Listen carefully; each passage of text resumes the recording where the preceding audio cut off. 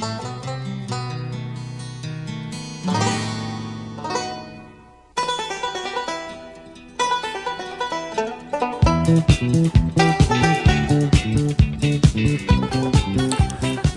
and welcome to another episode of the Cover Zero podcast, a show where I cover the least in the best way possible. I'm your host, Jason Wells. Today is Wednesday, April 16th. Another week closer to the draft. I know, I'm saying it often. We're almost there. The draft is almost here, and then we can really get a clear picture of how some of our teams are going to look like. And this is the big draft episode. I will be talking about 138 different players. I know that sounds daunting. It won't be. I think for a lot of these guys, I might just be saying their name and where they went to school. That's about it. But these are the guys, anyways, that you should be aware of. If your team, and that's the thing, not all of these guys are like going to be like high-end draft picks or like, oh, they're in my like top 150 players. These are just like names you should know in general across the board. Where if I say a name today and next week when the draft happens, if you hear a name that I didn't say in the first 2 days of the draft, that should be concerning to you. Because again, I'm not breaking down the film on all 400 guys and all 140 of these guys. I can't tell you I've seen tape on all of them. But I can tell you that if I didn't spend the time to care and write your name down and kind of figure out a little bit about you and how good you actually are, you should not be drafted on the first 2 days of the draft. Day 3, go for it. Day 2, those first 3 rounds, these are the guys who you should maybe draft. I'm going to key in a little bit, guys.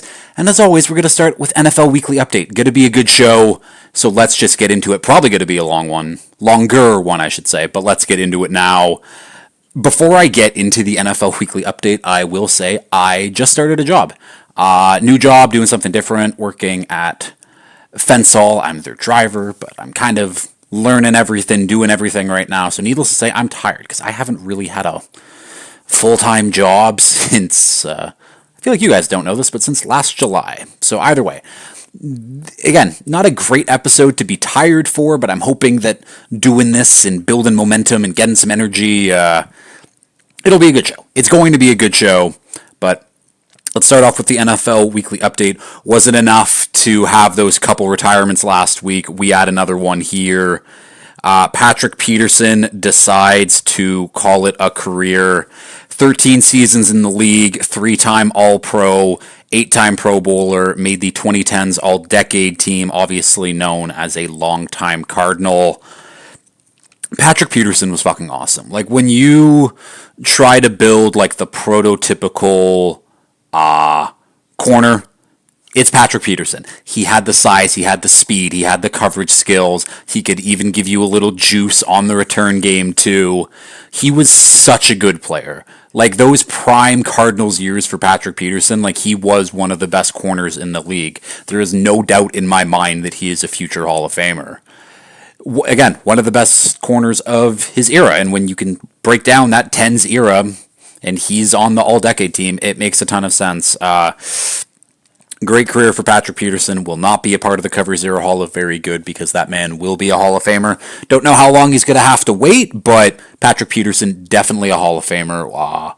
One of the best to ever do it. So congrats on the incredible career, Patrick. And speaking of corners, Ian Rappaport, but technically it was Slick Rick, says that Jalen Ramsey and the Dolphins have they've granted Jalen Ramsey permission to seek a trade. Like, they're both kind of looking for it now. I'm frustrated. And for many reasons. I mean, just the fact that I'm wearing this means I'm frustrated most of the time. For you listeners, I'm just pointing at my Dolphin sweater. I don't understand the plan at this point.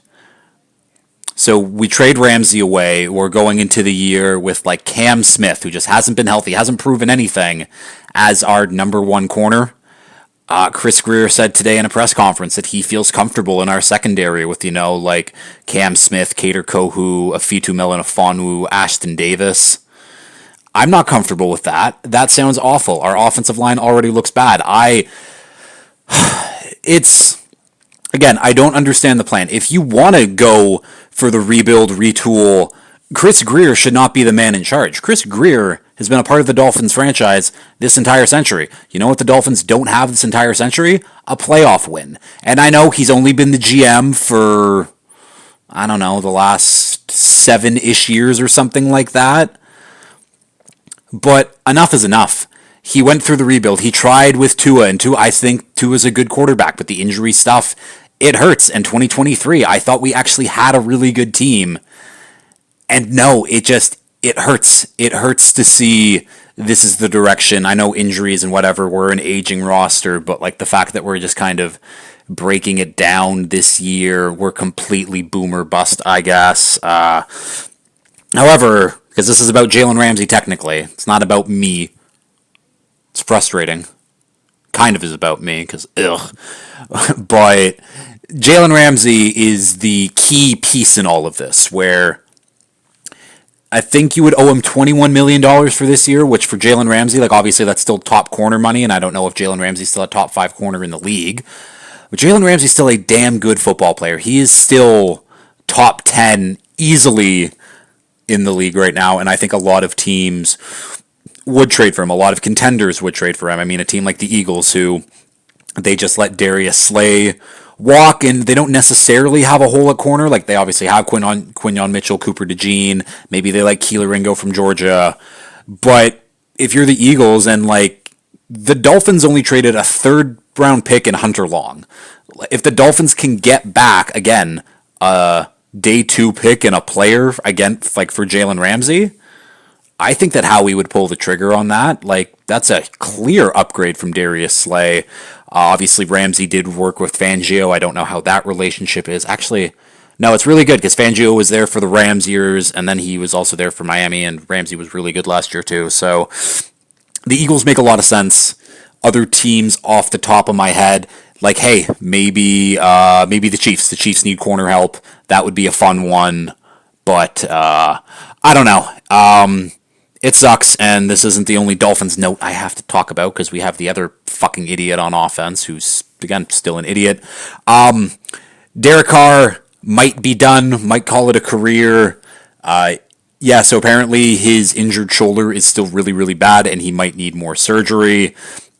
So it's doubtful, or it's looking doubtful that he's going to play this year. That spurred up a bunch of rumors of, oh, pick number 9, is that where Shadour's going? I still doubt it. But it's a good reset anyways for the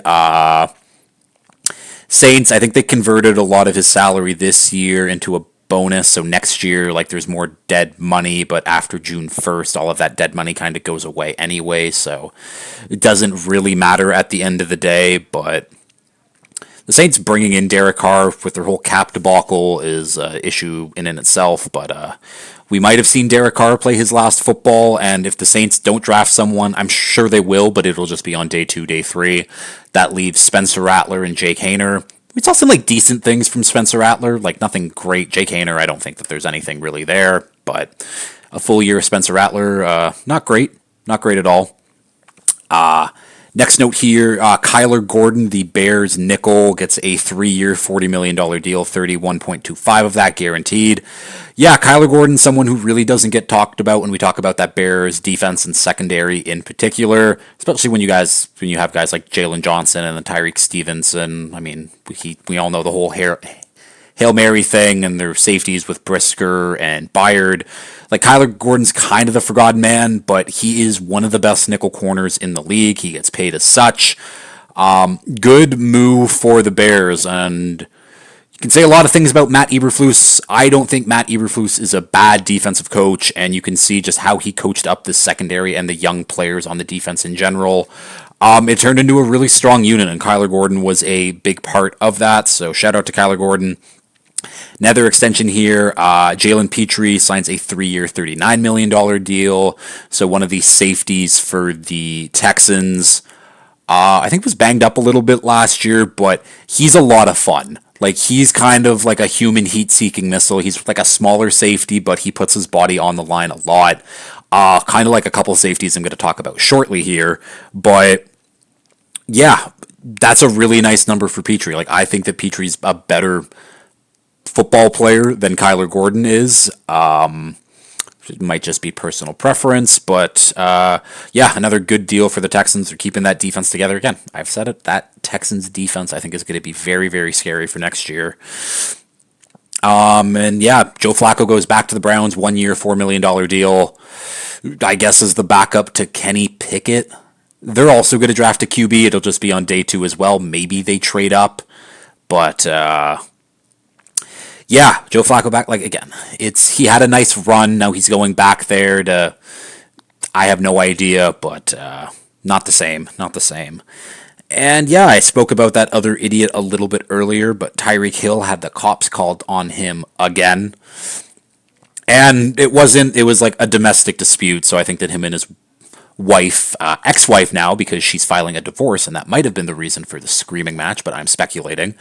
But yeah, they're getting a divorce, and yeah, the cops got called at his place for a screaming match, and I saw people online just being like, oh, well, he didn't actually do anything, this is getting overblown, blah, blah, blah, and it's just like, yeah, like, I get it, like, it's not, like, a crazy big deal, like, again, you and your wife just shouldn't be having screaming matches at each other, but, this isn't a one-time occurrence. This is just a pattern of continued asshole behavior for Tyreek Hill.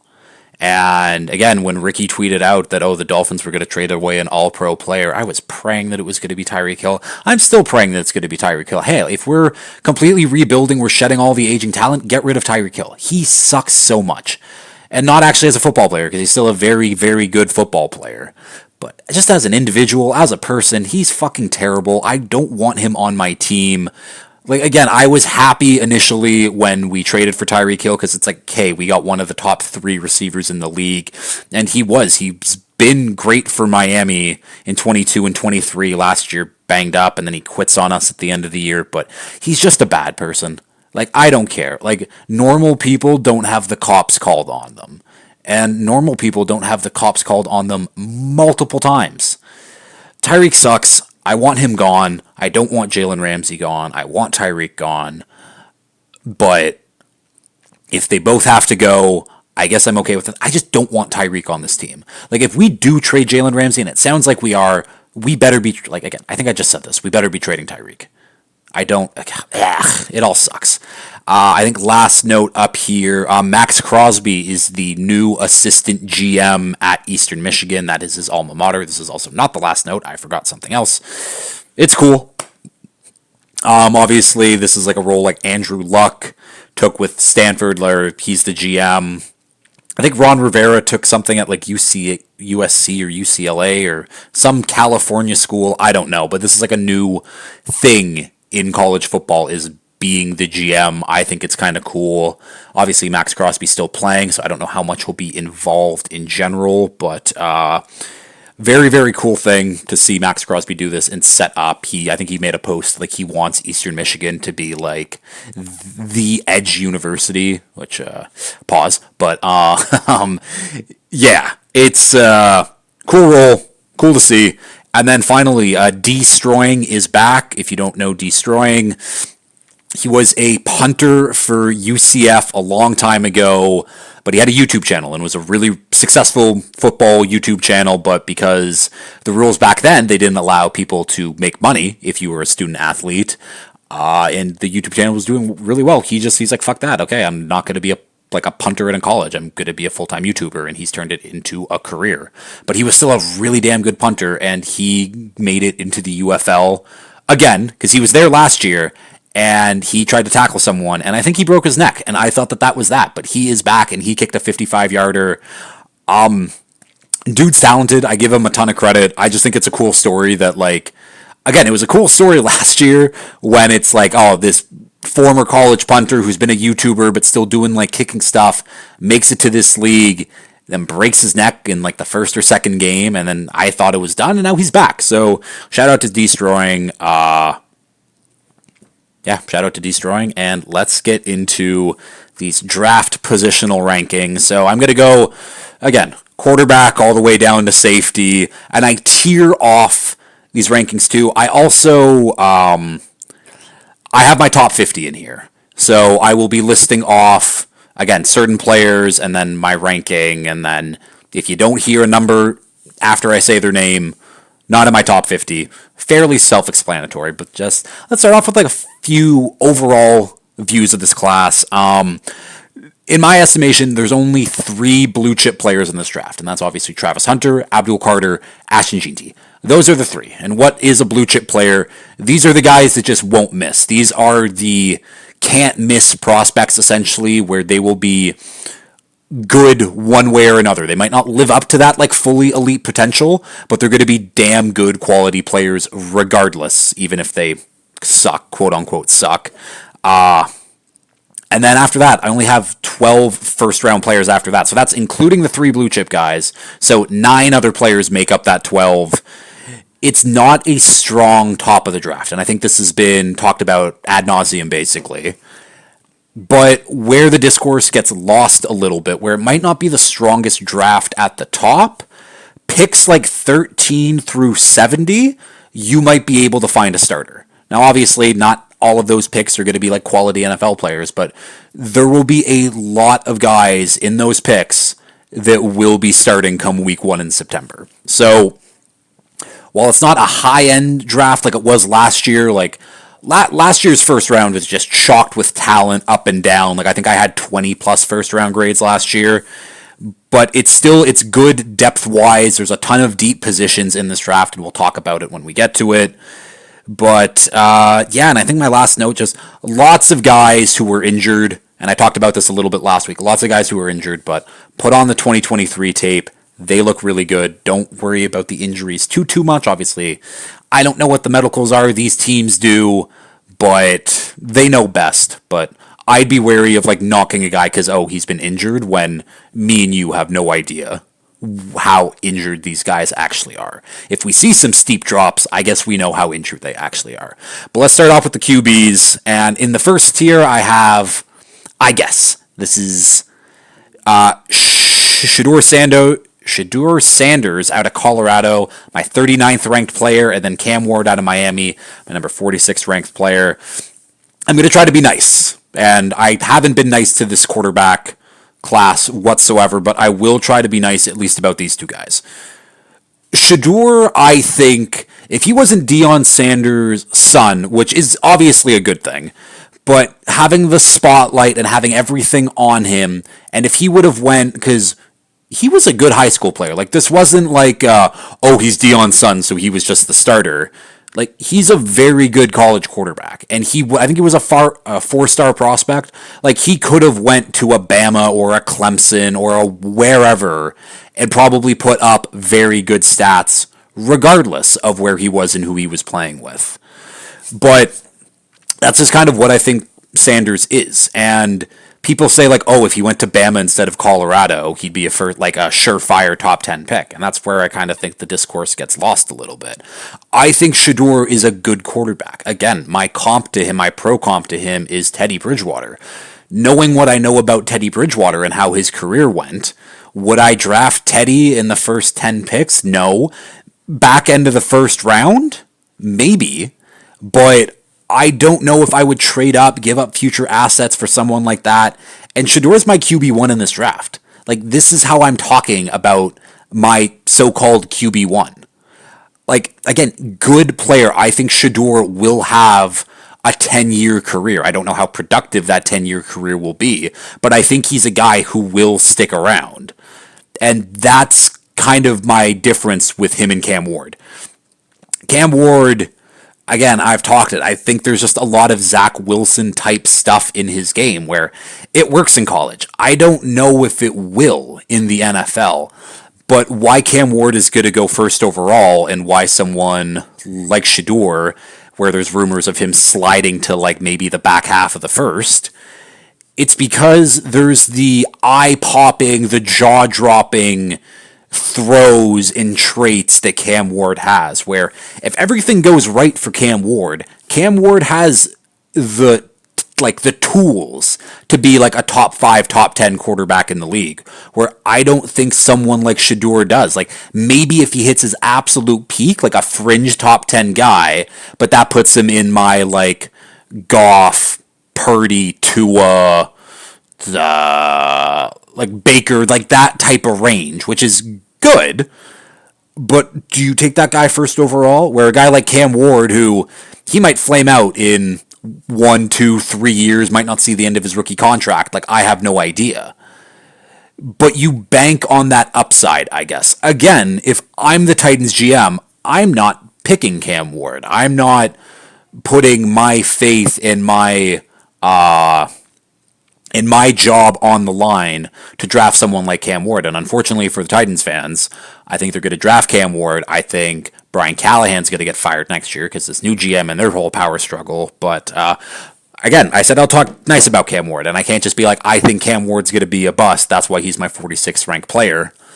The story of Cam Ward is great. He was a 0-star recruit out of high school.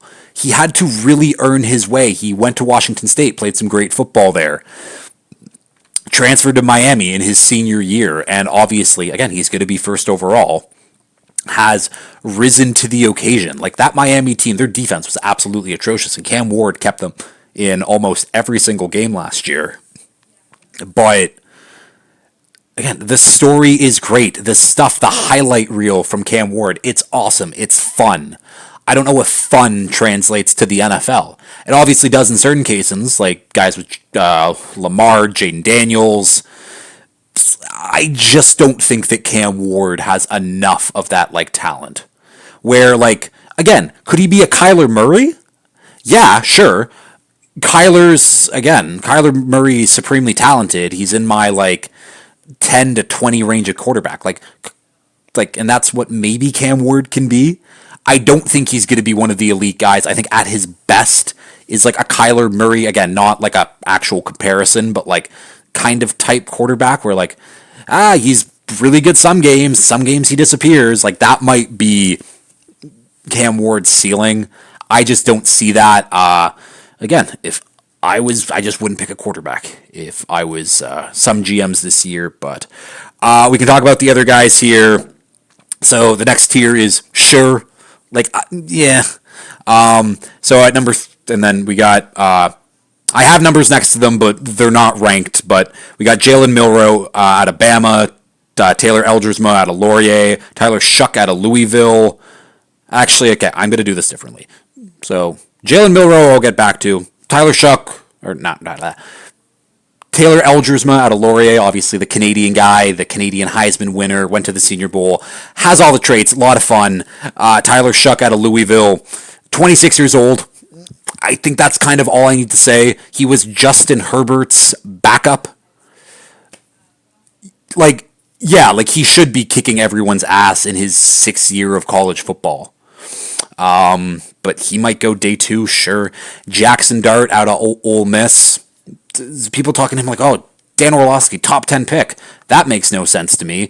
Jackson Dart doesn't even have like the high-end traits like a Cam Ward where it's like, oh, if things just unlock. Again, he's like Walmart Josh Allen with none of the Josh Allen really good traits. Everything's dumbed down, not good, is what it is. Then we got Riley Leonard out of Notre Dame who runs like Josh Allen, doesn't throw like Josh Allen, but hey, he's an athletic quarterback, and those guys have roles and can fit in certain ways anyways. Curtis Rourke out of Indiana, another Canadian kid. He's pretty good. Kyle McCord out of Syracuse, obviously Ohio State's old quarterback. Then he transferred, and Will Howard goes there.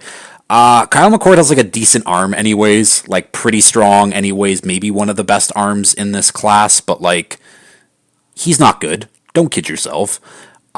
Will Howard, or actually Quinn Ewers out of Texas, who the hype was there at a high school 5-star prospect. Oh, he's going to be the next generational guy, and lots of injuries. I don't think that Texas is that great of a school anyways. I don't think Sark is that good of a coach, at least like to develop guys, because you look at the firepower that Texas offense has had. I'm not putting all of that on on Quinn Ewers. Obviously, he missed a lot of like throws and stuff like that, but like, I don't know. It should be better if you constantly put out first-round receivers and like NFL talent, but I digress. Quinn Ewers is fine. Will Howard out of Ohio State, like, maybe a backup. I think Will Howard kind of stinks. Dylan Gabriel out of Oregon. Again, I put him as a name. I think Dylan Gabriel shouldn't be drafted. I think he's just bad. But again, it's a notable name. He's played for Oregon. A name we don't know, though, Tommy Mellott out of Montana State. He ran a 4.39 at his pro day. Also did some wide receiver drills, but that's a fun name. But I'm going to go back to Jalen Milroe just quickly here. Jalen Milroe obviously has all of the athletic tools that you could possibly want. Like, he is just a smaller version of Anthony Richardson, where there's a reason why Anthony Richardson went in the top 5 is because he has the prototypical size. He has the crazy rocket arm. He has, again, all of this, like, he's the most athletic quarterback to ever test at the combine. And Jalen Milroe has that stuff too. Like, it was rumored, he ran like a 4.4, maybe a high 4.3 at his pro day. So he is my QB3. Is he in my top 50? Absolutely not. But Jalen Milroe is my QB3. And I don't know if he's going to work out as an actual quarterback. But I think, again, hindsight, looking at the Anthony Richardson stuff, if you could have picked Anthony Richardson in round 2, round 3, knowing he was a project, maybe back half of first round, just because everything there athletically and like just profile wise was there, where Jalen Milroe's like a kind of on the smaller end, not really. Like, that's when you like take a Jalen Milroe. Jalen Milroe got invited to the draft. Apparently he might go in the first round. That's absolutely nuts to me. Where you don't take Jalen Milroe in the first round. You take a guy like Jalen Milroe round 2, round 3, when you know that, okay, this is a total project, but if we hit it, it's going to work. And give Jalen Milroe all the time in the world to try to work out to be a quarterback. And when I say that, maybe like 2-3 years, you know pretty instantly if like a quarterback has it or not. So whoever does draft him will find out. But the reason I like Jalen Milroe so much is not for what he really does as a quarterback, but what he does as an athlete in general, where why can't Jalen Milroe be the next Taysom Hill? He's far more athletic than Taysom Hill. I think he has a better arm than Taysom Hill. I don't know, something to think about. Like, again, it's kind of like Anthony Richardson too, where those guys, like, when you're just a freak athlete, you should just find a role in the NFL in general, where I don't know how much those guys want to get hit that much or tackle or whatever, but when you're that much of an athlete, you can carve out an NFL role in different ways. But by all means, let Jalen Milroe try to be a quarterback first, because if he can make that work, he's going to be a damn good NFL quarterback. But if it doesn't work, which I don't think it will, maybe he's the next Taysom Hill, and that sounds like a really, really fun player. But I digress. I think I want everyone to be the next Taysom Hill, and that's kind of unfair. Let's go on to these running backs now. So we have the elite. That's Ashton Jeanty. I don't have to talk about him out of Boise State. Absolutely incredible season. One of the best running back seasons in college football history. The man's an animal. Then we have the my kind of running backs. And these are Omarion Hampton out of North Carolina. He's my number 24 ranked player. Again, a lot of fun. Will probably get taken in the first round as well. I have Caleb Johnson out of Iowa at 32. Big bruising running back, but he can also kind of he can cut really well, find the lane, but he has no problem running you over. And again, that's my kind of running back. Quinshon Judkins out of Ohio State. Again, didn't have as big of a year as some people thought when he transferred from Ole Miss to Ohio State, but still very fun player, power running back. Again, I love my power running backs. Devin Neal out of Kansas. That's my guy. Not actually my guy, but Devin Neal, 6 foot, 220. He will put you on the ground in multiple ways. He's also a pretty damn good receiving threat. Cam Scattaboo out of ASU. The man can do it all. He can run, he can pass, he can catch. He's a lot of fun to watch. Travion Henderson out of Ohio State. Someone who's been talked about, and I have him lower here in my like rankings, but like he will maybe get picked day 1, early day 2. All of these running backs, I think that all of the guys I just mentioned will probably be picked on the first 2 days of the draft, which is crazy to me. But TreVeyon Henderson, explosive runner, very, very good in pass protection. Someone who I don't know if he will live up to the hype and the expectations, but someone who I think might have a longer career than most of these guys I've already named. Then we have Ollie Gordon out of Oklahoma State.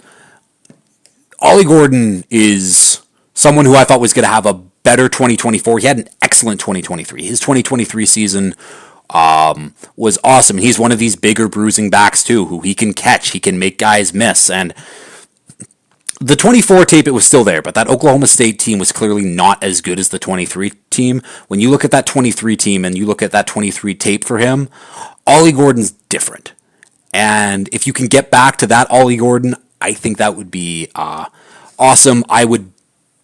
He's definitely someone that I want to target as a Dolphins fan, but that's usually not the type of running back that we look for anyways. And then the others here, we got Damian Martinez out of Miami, Raheem Sanders out of Arkansas. And I really like Raheem Sanders. And mainly it might just because his name is Rocket Sanders, Raheem Rocket Sanders, and that's just an incredible nickname. But also one of these bigger backs, and he is fast. Like, he has the nickname Rocket for a reason, where if he gets in space and he hits his hole, he's going. Also a very good pass catcher out of the backfield too, where Sanders is probably going to go like round 5, round 6 maybe, and I think that's going to be a steal for whoever gets him. He is one of my favorite players, one of my favorite running backs in this draft. Then other guys, we got DJ Giddens out of Kansas State, RJ Harvey out of UCF, who's getting a lot of love from a lot of draft guys. Baishal Tuden out of Virginia Tech, who was the fastest running back at the combine, and then Dylan Sampson out of Tennessee, who I don't really understand, but a lot of other guys like, so I wrote him down. On to wide receivers here. Travis Hunter, my number 1 player. It's obvious. He's just fantastic. He's a very, very good wide receiver. I don't know, like OBJ-esque, like, which is a crazy thing to say, but like, and the fact that like wide receiver isn't his primary position. Like, he was a corner. There's the reason he went to Jacksonville State was because of Deion, and Deion being one of the best corners in the league. Like, Travis Hunter, he's not a wide receiver first. He might be a wide receiver first when he gets to the NFL. He still wants to play both ways. I don't know, but the fact that I can talk about him as like, oh, he's like an OBJ kind of prospect, that's crazy. And wide receiver is not his best position, in my opinion. So that's nuts. Tet McMillan out of Arizona at 12. Getting overthought of. Tet is absolutely awesome. At number 3, Emeka Ibuka out of Ohio State, my number 25th ranked player. Emeka Ibuka is someone who, going into the draft this year, I knew the name. I've been hearing Emeka Ibuka for the past 2 drafts, and every draft cycle it seems to go the same, where, Emeka Ibuka might be the top wide receiver drafted in this upcoming draft, and every single year guys surpass him, and he just kind of stays the same, and he goes back to school, and now he's finally declared. And the same thing happened again, where, Emeka Ibuka might be wide receiver 1 in this draft class, and then Travis Hunter passed him, Tet McMillan passed him, people argue Matthew Golden or Luther Burden are ahead of him. I digress. And I don't think that Ibuka is going to be a true wide receiver 1. But he is going to, again, I talk about these guys who are just going to have like 10-year careers in the league. That's going to be him. He does all of the dirty work. He's like, there's not a single thing that he does poorly as a wide receiver. I think that he can basically fill any role you want in an offense. Ideally, you put him in a slot as a power slot, but he's a very good route runner. He is a physical run blocker too. Again, there's a reason why I think he's going to have a 10-year career, because he's just going to be a productive wide receiver 2 for someone in the league. That I can guarantee. So, shout out to Emeka Ibuka. Then we have Luther Burden out of Missouri as my number 31 ranked player. Again, turn on that 23 tape. It was much better than the 24 tape. You can see the high-end potential of what Luther Burden could be, but if someone drafts him, doesn't use him properly, then it could go on the wayside very quickly. Matthew Golden at 38 out of Texas. Again, the fastest receiver in the draft who that speed doesn't show up on tape, which sounds like a bad thing. It's not. Like, the fact that Matthew Golden's speed isn't his thing in his game, it's kind of nice. And the reason I have him lower than some of these other guys is, again, like Ibuka, I just think he's going to be a solid wide receiver 2 if he lives up to that potential. I don't see him being a wide receiver 1, but again, I think he's just going to be a very productive wide receiver at the next level in general. Jaden Higgins out of Iowa State at 43. The bigger of the 2 Iowa State receivers, but really athletic, might do his best work in the slot, even given his, I think his 6'4" frame, but good player. Jack Besh out of TCU at 45. Jack Besh is someone who doesn't get talked about a ton. He is athletic. He's not one of the most athletic guys, but he is in the upper echelon of again, he's not a freak athlete, but he's a very good athlete. And you can see that on the tape. He makes people miss. He breaks tackles. He's great at getting to the high point to make a catch. Very savvy route runner anyways. And let's not forget that Jack Besh was in a wide receiving room with Malik Nabers, Brian Thomas Jr., Keyshawn Boot, and Trey Palmer as a freshman at LSU, and he led them all in catches. Jack Besh led them all in catches in that group. We know how good BTJ and Nabers are. Boot is maybe for the Patriots. I think Trey Palmer's on the Cardinals, maybe? I have no, Trey Palmer's on the Bucks. What am I saying? But Jack Besh led the team as a freshman in catches over those guys. So something to keep it down. I like Jack Besh a lot. I think he's going to be very good. Alec Iomanner out of Stanford, who I talked about a couple shows ago, another Canadian kid, gave Travis Hunter the business in 2023. Jalen Knoll out of Iowa State, again, Jaden Higgins' running mate, but going to be a good slot receiver anyways in the league. Jalen Royals out of Utah State. You want to talk about someone who can, again, his yak ability when he gets the ball in his hands and the way he can make guys miss, that's Jalen Royals. Kyle Williams out of Washington State. I think that this is Chris Sims' number 2 receiver in the whole thing. Kyle Williams has become everyone's oh, this is my sleeper pick, or this is my sleeper wide receiver pick, and he's just kind of become everyone's sleeper wide receiver pick, which isn't a bad thing. Good for Kyle Williams. We got Savion Williams out of TCU. Another big athletic freak, I think 6'5", runs a low 4.4, tested really, really well at the combine. And then these next tier of receivers, we got the small boys. This is Jimmy Horn Jr. Out of Colorado, son of Joe Horn, who was a Pro Bowl receiver in the league. I thought he was bigger. I thought he was slender. I thought he was he's a 6 foot 180 kind of thing. No, he's 5'10". I didn't realize he's that small, but he is shifty. His burst is really, really good.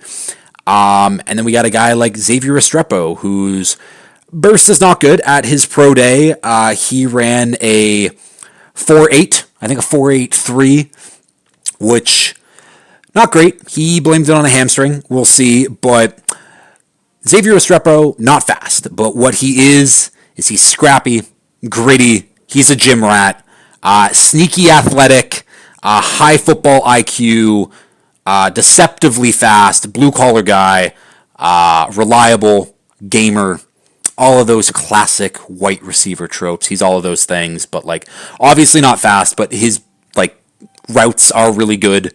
And his agility is pretty good, so maybe he can carve out a role, but that's really slow. People kept comparing him to other slow receivers, but no, that's really slow. And then Tez Johnson out of Oregon, the smallest player in the draft. Again, fast. He did a lot of fun things on film at Oregon, but again, the man is tiny. We get into the tight ends here. We have Tyler Warren out of Penn State, my number 6 overall player. I've talked about Tyler Warren a ton over the last couple months. Just like a prototypical tight end, like an old school style tight end, and I love it a lot. I think his potential as like a blocker is through the roof, and just what he can provide to you as a pass catcher and as a yak threat, and maybe even a backfield threat as a fullback or an H-back. He's a lot of fun. And then I have Colston Loveland as my number 2 tight end out of Michigan, and he is my number 10 ranked player. Yes, I have 2 tight ends ranked in my top 10. And Loveland doesn't get enough credit as he deserves, where I think that the conception of this draft where like Tyler Ward is such a better pass blocker and run blocker than Colston Loveland. Colston Loveland like really needs to work on that part of his game. The fact that Colston Loveland is like a willing and still able blocker shows a lot of promise, where I think if both guys like hit their potential, Tyler Warren will eventually end up being the better blocker just because of his frame and stuff. But like Colston Loveland can still be a plus blocker in the league while also still giving you the massive receiving threat upside that he does have. And I think at the start of this, I thought Colston Loveland was some like, oh, he's 6'3", 240, 250, like it's good NFL like tight end size, but no, he's 6'6". He's closer to Tyler Warren size, which is something I love about Tyler Warren. Yeah, I don't think you can go wrong with any of those guys. I don't know which tight end will be drafted first. I think that they're both awesome. Obviously, Colston Loveland's 23 tape is better than his 24 tape because that Michigan team sucked, but alas. Next tier up, oh yeah, that was the tight end ones. This is the maybe tier. We got guys like Elijah Arroyo out of Miami. Again, he just fits the build. And so does this guy too, Mason Taylor out of LSU, Jason Taylor's son. Both of these guys, they just fit the big build, 6'4", 6'5", in the 240, 250 range. They pass all the athletic testing. It's just kind of like will you actually turn into a good tight end, or will you just be another one of these guys where I got all the intangibles, but it just doesn't work? And then we have the complete opposite of that. We got Harold Fannin Jr. out of Bowling Green, who, again, I don't know what his role is. I don't know what he's going to be asked to do, but I think that Harold Fannin Jr. is just a damn good football player in general, and that to me wins out most of the time in the league. Then we have the rest. Terrence Ferguson out of Oregon, the most athletic tight end at the combine this year. Bit of a riser if you want to take a shot on someone. Terrence Ferguson's not a bad person to take a shot on. Gunnar Helm out of Texas, who false started on his first 40 of the day, rolled his ankle, ended up spraining it, continued with the drills, and he looked absolutely terrible. And that has tanked his draft stock, where I think there would have been a good chance if Gunnar Helm doesn't sprain his ankle and is able to run fully at his pro day instead. He would have been talked about in probably that next tier of guys, and maybe that's on me for not putting him in that next tier of guys regardless. But again, someone to look at anyways. Mitchell Evans out of Notre Dame, who 24 tape wasn't great, but that's because he was injured to start the year and then was kind of working his way back from the injury. The stuff in the playoffs was enticing enough anyways. Notre Dame produces some tight ends. Speaking of schools that produce tight ends, we got Luke Lachey out of Iowa. The only reason he is on the list is because he went to Iowa, and Iowa produces tight ends. So maybe he's going to be good. And then we have Oronde Godson out of Syracuse, a former wide receiver converted to tight end. I think he's only 230, he's on the smaller end, but I think he's 6'6", 230, so he's he is a receiving tight end. You do not put him in there to block, but fun player anyways. We'll go on to the offensive tackles here, and this is my tier 1, we have Armin Membu, who is my 7th ranked player, who, again, I've talked about a lot. A freaky athlete who I don't think that's getting talked about enough, who just shut down every single high-end edge player in the country this year, essentially. His tape is great. He is a right tackle, so we'll see if he can make that move over to left tackle. It is hard, but if he goes somewhere to the Jets at number 7, who just need a right tackle because they got Olu Fashanu, that would be absolutely incredible.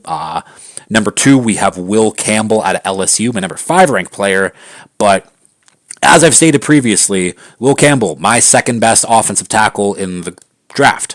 Will Campbell, my number one offensive lineman in the draft, and that's why he ranks ahead of Membu, because regardless, I think he's going to be an elite guard. I still think he's going to be a really, really good tackle. Arm size be damned, I guess. Josh Simmons out of Ohio State at number 16 here. The injury, he tore up his knee, only has 4 games of tape from this year, but those 4 games were like really, really good, and you can see the high-end potential. He's a little bit more of a risk. Not boom or bust, because I still think he could be like solid at the end of the day, but he has higher end potential than some of these guys that I'm going to talk about next. Kelvin Banks out of Texas at 17, where I think Kelvin Banks is going to be a good tackle kind of regardless of where he goes, and he might end up just being a really good guard at the end of the day, and that's absolutely fine, but a player that doesn't get talked about enough in my opinion. Then we have Josh Conerly out of Oregon at 20, someone who I talked about a while ago, but a former running back in high school who got converted to offensive line, so he has not been playing the position a ton, but you can see his progression over the years at Oregon and how much he's gotten better. And even in this 2024 season, from where he was in week 1 to where he was at the end of the year, night and day, which is great. And you can hope and you can pray that if you draft Josh Conerly, you are getting someone who continues to develop, because he has all the athletic tools and traits that you could possibly want. It's just the technique stuff that maybe needs a little bit of work, but I like Conerly a ton. So yeah, I have 5 tackles in my top 20. I think this is a very good offensive tackle class again. Then we have guys with like high-ish potential. Ariante Ursere out of Minnesota. He's huge. He's athletic. He also makes some mistakes that you wouldn't want for a guy who is like an older prospect who's like a senior. Like if Ursary was like, 21, 22, and you're like, okay, well, the potential's still there. Like you would hope that by like your last years of college that those like little timing issues and technique issues would have solved itself, but maybe they hasn't. But either way, the potential is still there. And then we have Charles Grant Jr. out of William and Mary, a small school player, but a lot of people like the tape on him, and someone will take a swing on him. And again, he might slide into guard at the end of the day as well. Then the final tier is the Giants tier with Ozzie Trapillo out of BC, who is 6'8", Cameron Williams out of Texas, who is 6'6", and then Anthony Belton out of NC State, who is also 6'6". These are the big boys who can also all still play. And if you're big and you can still play football, you usually have a place in the NFL. So those are names to look out for. On the interior offensive line, Will Campbell.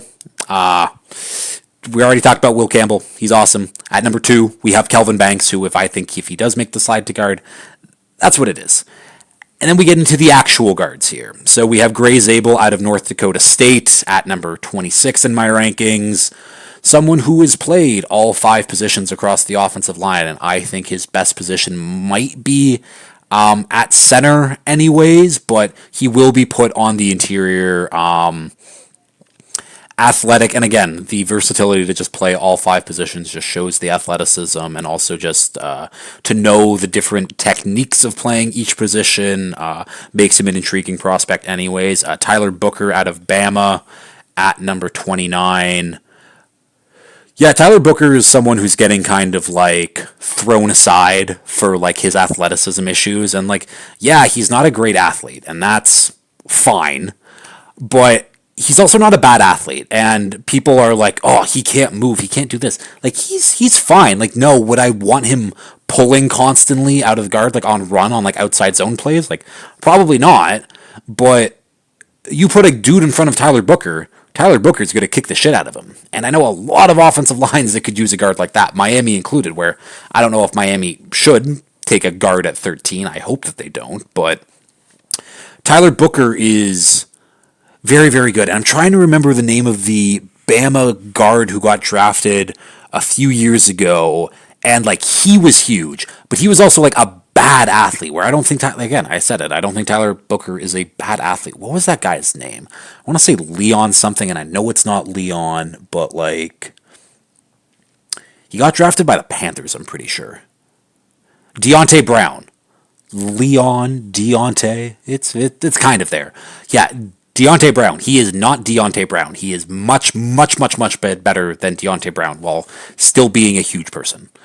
Donovan Jackson out of Ohio State at number 33. When Josh Simmons went down, Donovan Jackson slid over to left tackle, but he is a better guard, but someone who, again, has a little bit of positional versatility, but I do think he's just going to be a good guard at the end of the day. Marcus Imbo out of Purdue, who he was a tackle for them. He's played on the interior, he's played on the outside. We talk about this positional versatility, but he deserves a chance to play at tackle, but if it doesn't work, I think he's going to be a really, really good guard. Like, you want to talk about an athlete, that's Marcus Imbo. He does this really cool thing in pass protection where he'll take like a jump step forward to kind of throw the edge rusher off. Maybe he thinks it's run or whatever, but he has like the quickness to step forward and then get back to like his normal pass protection set, which again, not a lot of people and not a lot of tackles are able to do. I would love him in Miami at pick 48. We will see. Jonas Savaiinaea out of Arizona at number 48 in my rankings. Another guy who's tackled but might just be a better guard than he is a tackle. Another solid player, decently athletic, but next tier guys, it's like might get a starter on day 3. I think some of these guys might get a little bit earlier, especially Tate Ratledge out of Georgia. He's got a mullet. He looks cool. Simple enough. Jared Wilson out of Georgia. He crushed it at the combine. Very, very, very athletic center. Wyatt Milam out of West Virginia. Someone who hasn't really got talked about. I think he was also a tackle there, but he's best on the interior. Dylan Fairchild out of Georgia. This is basically just the Georgia boys tier. But that Georgia interior offensive line was apparently like a powerhouse that no one told Georgia or its coaching staff apparently, but somehow in the draft process, they're all really good. I don't know, probably 2 of the 3 or maybe 1 of the 3 will actually work out. I guess we'll see. Then we have Emory Jones out of LSU, who, when I watched any LSU game in the last couple years, like their offensive line always stood out. Like it was Will Campbell and it was also Emory Jones who was the right tackle. But again, he fits best on the interior. And when I watched those LSU games, I just thought that Emory Jones was just an ass kicker. And I don't know, I like violent ass kickers in the interior. Like, put him at guard. I think he's going to flourish. I really like him. Like, this is someone who I think that might be like a round 4, round 5 guy who, like, I would be fine taking in round 3 because I actually, like, I do believe in his potential. Then we have Jackson Slater, small school guy, Sacramento State. Getting talked about, but again, we talk about that. Lower end competition, hard to judge. Now we're on to defense, and we're already at the 52-minute mark, so I'm going to try to speed this up. 2024 Tier 1. It's Abdul Carter, my number 2 ranked prospect, and what I mean by 2024 Tier 1 is people have been putting Abdul Carter as like a generational prospect. Oh, he's Myles Garrett. He's Micah Parsons if he wasn't a weirdo at Penn State. He's not. He's really, really good, but I think that Abdul Carter was in the same tier of last year's guys with Jared Verse, Laiatu Latu, and Dallas Turner. Like, I think he would have been in that tier of edge rushers. He might have been the best edge rusher out of those guys last year in my rankings. I don't know, but he's not generational. He's really, really, really fucking good. He's just not generational. Now we have the question marks, because all of these dudes, they got something kind of wrong with them. Mike Green out of Marshall, really good athlete. I think he had 17 and a half sacks, but again, I have spoken about it. There is a reason he went to Marshall. You can look it up for yourself. It's not great, but again, the NFL doesn't care. He's a really, really good football player, and he's my number 13th ranked player. Might not be a great human being, but at the end of the day, the NFL does not care. Michael Williams out of Georgia, my number 20th ranked player. I've come around on Michael. Like, he's he's really good. And people have compared him to Trayvon Walker, and he's not the freaky athlete that Trayvon Walker is, but... And the hope is that Trayvon Walker continues to get better, as he has done every single season so far. But, like, if you can tell me that Michael Williams will come in and play like Trayvon Walker his first 3 seasons in the league, you should be absolutely thrilled with that, where he is a run defender first, and he has the athletic traits that can develop into making him a very, very good pass rusher. But at the end of the day, you might just have a very stout run defender, and that's fine. If you have another guy to pair him up with who can just get after the quarterback, it's great. And I do think he has the higher end potential, but I also think he has a high floor. Like, I just think at the end of the day that Michael Williams is just going to be a good NFL player. We have a guy like Donovan Ezeraku, who's my 21st ranked player out of Boston College.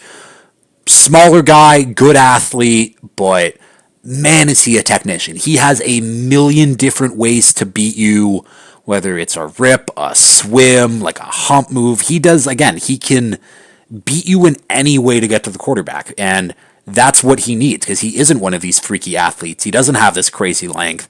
He's a technician. He gets a ton of sacks. He's kind of like a Harold Landry, who also went to BC, who, yeah, when he loses the athleticism, it won't be great, but until he does, I think that Ezeraku is going to be a very good pass rusher. Someone who I thought I'd like a little bit more, and that's Shamar Stewart out of Texas A&M at number 22, who he's just a freak athlete. That is literally it. You want to talk about production, 1.5 sacks? That's not great. And Stewart, again, a few weeks ago was probably my edge 3 in this class, because I like the freaky athletic things that he can do. But I also liked it when he was doing the freaky athletic things and he was like his 6'6", 280, not the 6'6", 260 that he slimmed down to at the combine. As I like the idea of moving him all over the defensive line. But regardless, he's a freaky athlete. But can he play football? That's kind of the thing that we don't know yet. And I talked about Texas being a school that kind of pisses me off.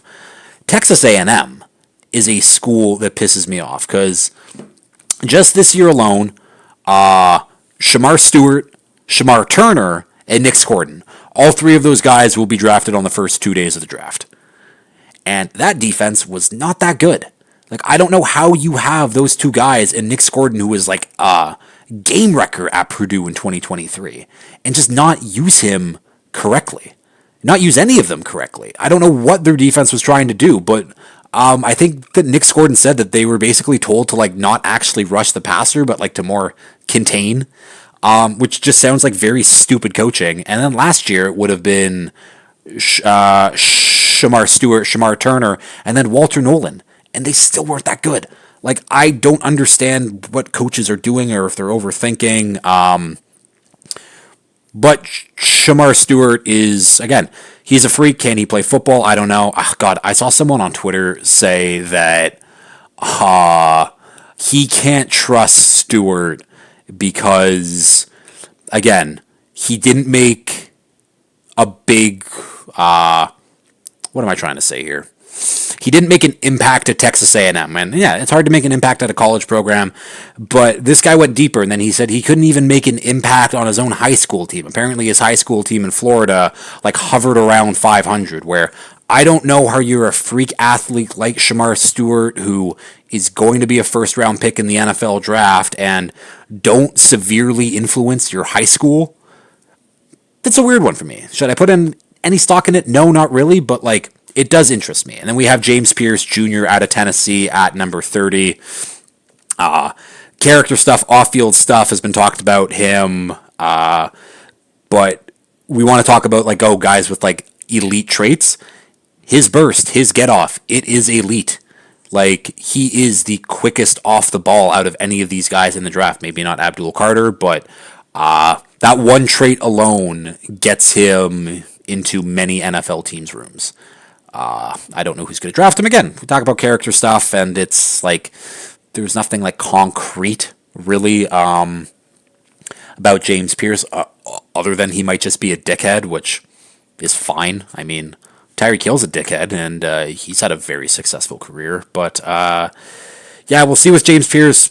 Tennessee, another school that pissed me off. Like, you had James Pierce, you had Omar Norman Lott, and like you're only like putting them in like on occasions. They're not like almost every down players. Omar Norman Lott, who actually I'm going to talk about him in a bit, but the next tier of the edge guys, we have a handful of these dudes will be awesome. Nick Scordon out of Texas A&M at 34. I talked about how good he was at Purdue last year, and then Texas A&M again. They both put on weight, and I don't know why. Texas A&M is weird.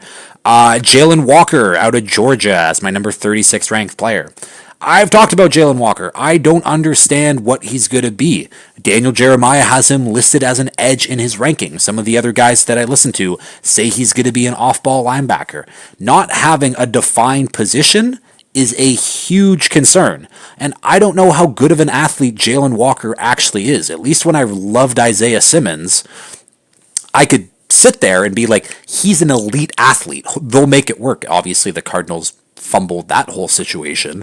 But like, I think Jalen Walker is like running like just before the combine, so I guess we'll see if he's an elite athlete, and that might bump him up my rankings retroactively. I have no idea, but like 2 games of like really really good like edge film isn't enough for me to like know what he was, and like maybe he is just Andrew Van Ginkel, and I think Andrew Van Ginkel's awesome, but do you draft Andrew Van Ginkel in the top 10 of this draft? I have no idea. Landon Jackson out of Arkansas, player number 40 for me. Another kind of like sneaky athletic guy, and that's not just because he's white. But no, strong, powerful rusher. He is a very good athlete. And again, being a very good athlete helps you in the NFL a ton. Yeah, so I think he's going to be productive. Jordan Birch out of Oregon at 42. We've talked about another one of these really freaky athletes. Yeah, one of my guys too in this draft. JT Tuimoloau out of Ohio State. Jack Sawyer out of Ohio State. Princely Umanmielen out of Ole Miss. Braden Swinson out of LSU. Josiah Stewart out of Michigan. Kyle Kennard out of South Carolina. Jared Ivey out of Ole Miss. Ashton Gelati out of Louisville. Oluwafemi Olaju out of UCLA. And Savion Jones out of out of LSU. Those are a lot of names. So I named, let's just go through this again. Nick Scordon, Jalen Walker, Landon Jackson, Jordan Birch, JT Tuimoloau, Jack Sawyer, Princely Umanmielen, Braden Swinson, Josiah Stewart, Kyle Kennard, Jared Ivey, Ashton Gelati, Oluwafemi Olaju, and Savion Jones. Again, a handful of these dudes will be awesome. I think this is, again, it's a very good edge class.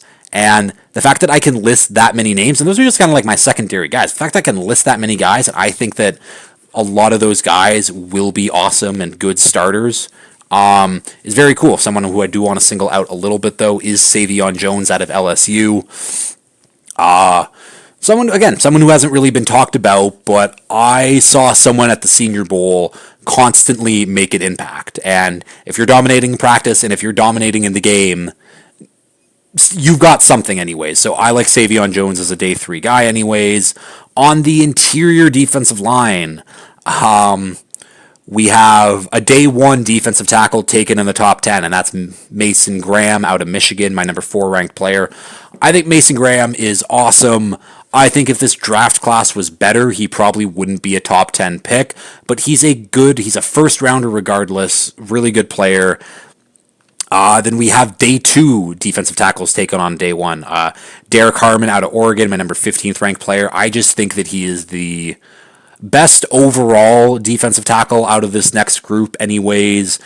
He has the really good size. He has the athleticism. He has the production. There's no real question marks about him. Other than, again, his ceiling might be lower than a Kenneth Grant or a Walter Nolan, who we'll talk about shortly, but Derek Harmon's still a damn good football player. Kenneth Grant out of Michigan, my number 25th ranked player. Again, he's huge. He's athletic. He is a run stuffer. Like, he's good. Like, will he live up to like that hype? I have no idea. Walter Nolan out of Ole Miss, my 27th ranked player. Walter Nolan is someone like you are betting on the high upside traits that he has. Again, His burst and his get off from the ball, like on the interior, is elite. His ability to shed blockers to get back to the quarterback is elite. He has some off-field concerns. He has some power concerns, but if everything can work out, he could be one of the better interior defensive players at getting after the quarterback in the league. But again, he has some question marks. And then we have the late 2/early day 3 guys going on day 2, which is I gotta fix that. 5, which is Darius Alexander out of Toledo, my number 47th ranked player. He's huge. He's a fridge. He's a run stuffer. Simple as that. Tyleik Williams out of Ohio State as my number 50th ranked player. Again, another guy with higher upside, good run stuffer, good getter after of the quarterback. That was said poorly, but regardless, I like Tyleik a lot. And then Omar Norman Lott out of Tennessee. The highest pass rush win rate out of any of these interior defensive linemen that I'm talking about. But he only played 86 run defense snaps for Tennessee. Really weird player, but again, if you just want one guy on the interior to just get after the quarterback on just passing downs, that's Omar Norman Lott. Alfred Collins out of Texas, big boy. TJ Sanders out of South Carolina, a little bit on the smaller edge, 6'1", 290, 300 in that range, but still gives a lot of potential. And then we have the day 3 dudes, Shamar Turner out of Texas A&M, Joshua Farmer out of Florida State, Jamari Caldwell out of Oregon, who he's played all over the defensive line, but you just stick him at nose tackle. I think he's got a home in the NFL for a while. Deion Walker out of Kentucky, massive human being, but apparently he was injured this year, and that's why he didn't do so well. I doubt that would be coming out this late in the process, but I digress. Ty Robinson out of Nebraska, he's a very good athlete. Jordan Phillips out of Maryland. There's already a Jordan Phillips in the NFL who's a defensive tackle who's carved out a good career, so maybe this one does it. Anitas Peebles out of Virginia Tech, CJ West out of Indiana, and then JJ Pegues out of Ole Miss, who the stuff on defensive tackle for him is fun, but what's even more fun about JJ is they gave him the ball a decent amount in goal line sets, and he got a few touchdowns at Ole Miss, but it's weird because his combine testing, it didn't show up that he was a really good athlete, but you watch him run with the football, that guy's an athlete. That guy's a runner. It's not they were just handing the running back or handing the ball off to the big guy who can just move forward for a couple of yards. He was hitting the hole. He was making guys miss. He had bursts where, hey, if the defensive tackle thing doesn't work out, maybe he can be the next Pat Ricard. Who was, I think Pat Ricard was drafted. He was a defensive tackle and then he moved to the fullback role. Maybe that's JJ Pegues. That seems like a guy that Harbaugh is going to want to try to find. At linebacker, not a lot of guys to talk about. We have Jahad Campbell out of Alabama as my number 18th ranked player. Shoulder issues and concerns have popped up recently, which might cause him to drop a little bit, but I think he's great. If you want, again, if he can live up to that potential, he can be the best linebacker in the league. And I don't think linebacker is a position that gets valued enough anymore, where if you have an elite linebacker, that helps your defense so much. It's just so hard to find elite linebackers nowadays because just how defenses work has changed dramatically over the past decade. But Jahad Campbell is awesome. Then we have Chris Paul Jr. out of Ole Miss. I liked his interview a lot with Brett Coleman and EJ Snyder, and that honestly bumped him up in my rankings. And for the exact opposite reasons, Carson Swessinger out of UCLA dropped for the exact same reason. He was interviewed by Nate Tice, I think, and I just didn't like his interview. I didn't like the way he talked, and he didn't seem all too knowledgeable about his position and what he does. And again, this is just me basing it off on one interview, and I know that Schwechinger's liked by a lot of guys and yada, yada, yada, but like, I didn't like his interview. Simple as that. Demetrius Knight out of South Carolina, who's an athlete. Danny Stutzman got talked about at the Combine of maybe being a dude. Sure. Now we're getting into the corners. Travis Hunter, obviously, number one player. I've talked about him already. Again, and I think he's a better corner than he is a wide receiver. His ball skills, his tracking, his ability to make plays, he's so good. He's so awesome. I can't wait to see him play football. Will Johnson out of Michigan, my number 9 ranked player. Put on the tape. Put on the 2023 tape. He's fucking awesome. He's going to be a very good outside corner. I think people are overthinking him dramatically. Jahdae Barron out of Texas at number 11.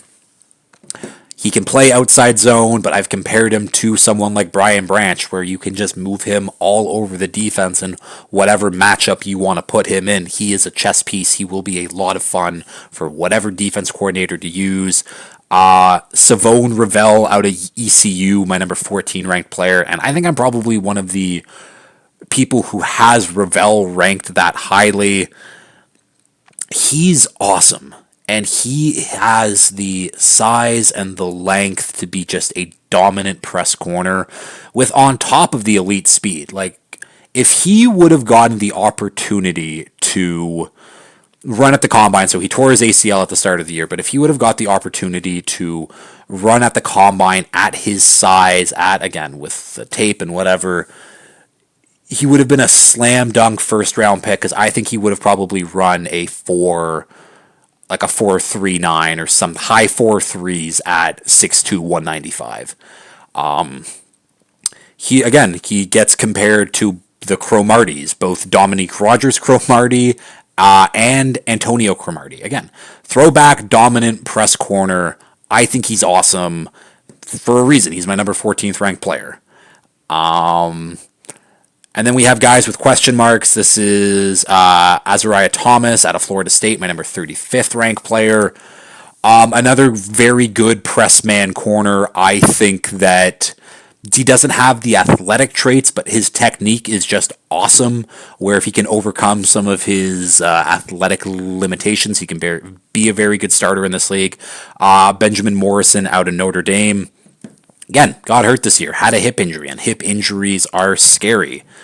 But again, you throw on that 2023 tape, it's awesome. Like, he was going toe-to-toe against Marvin Harrison Jr. and holding his own.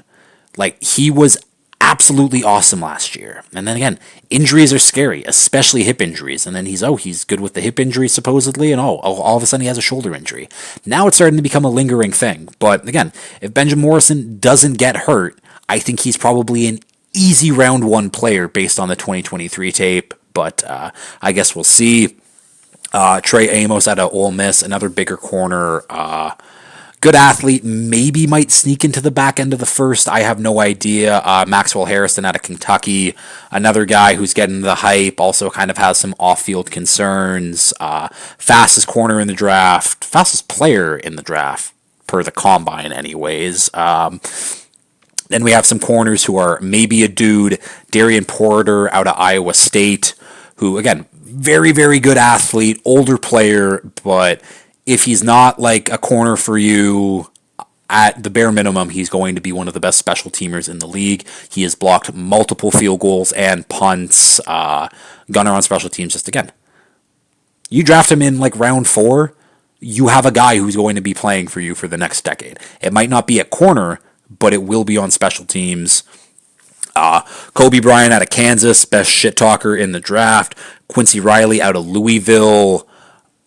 Smaller dude, nickel corner, but nickel corners are valuable in today's league. Zaw Fraser out of UTSA. Think of Tariq Woolen, and then you have Zaw Fraser, same kind of build, same kind of speed, potentially fun corner anyways.